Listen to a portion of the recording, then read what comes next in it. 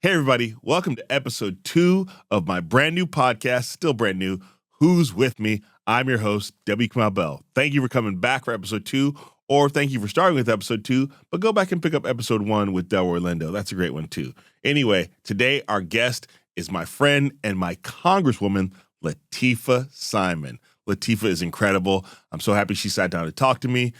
She is super busy, unlike a lot of Congress people who aren't that busy because they don't really go to work or have much to do because they're just sitting there collecting a check and also trying to raise money to run again. Lateefah's actually doing the big work, and we'll talk about that. Marc Maron, I hope it's okay I said doing the big work.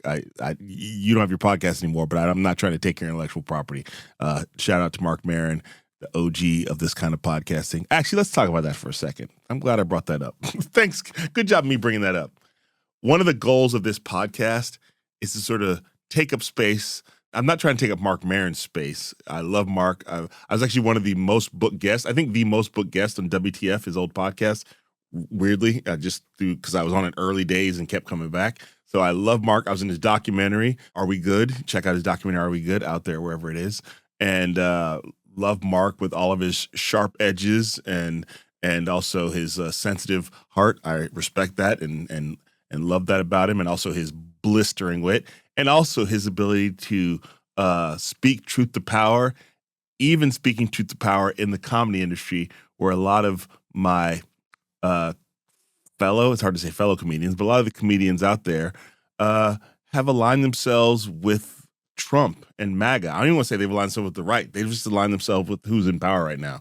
And Marc has been very clear that he's not with it, and he's called them out. And I've done some of that on my Substack, Who's With Me. I've done some of that on Instagram. And recently my Instagram mentions were in flames because I talked about it through the lens of the Kevin Hart roast and how some of those jokes I thought were very clearly, at the very least, MAGA coded. But certainly, I don't know why you would make fun of George Floyd when he had nothing to do with the Kevin Hart roast. I don't know why you would use lynching as the subject of a joke, but, that's good. I mean, I'm not telling you can't do it, freedom of speech, but I'm also using my free speech to say I'm not down with that. And Marc has done a lot of that in his career, especially as he got to the end of his podcast and in his comedy specials. Check out all of his comedy specials.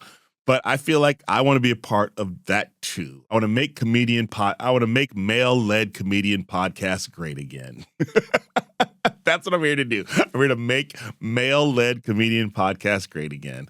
I think a lot of my comedy brethren, and it's just the brethren for the most part, not the sistren, but a lot of my comedy brethren are just putting out misinformation and lies, or don't actually know what they're talking about and just aligning themselves with power. You know who I'm talking about, the Rogan sphere.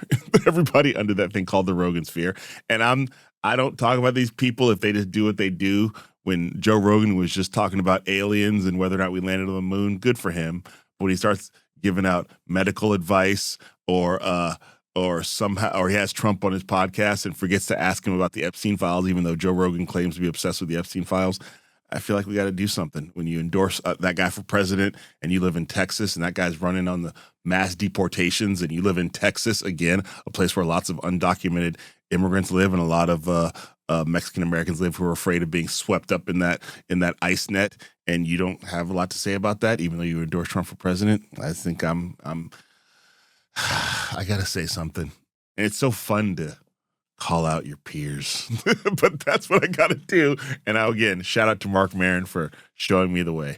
So again, that's what we're here to do on this podcast. But again, not just that, we're also here to motivate you, the listener, and give you ways to figure out how to help in these dire times. So this conversation with my Congresswoman Lateefah Simon is certainly going to do that. At the end, I ask her about ways in which she thinks we can help or ways in which we can all come together. She answers it beautifully. And as always, I start off by giving her flowers because we need more of that these days. So check out this episode with my friend and my Congresswoman, Lateefah Simon.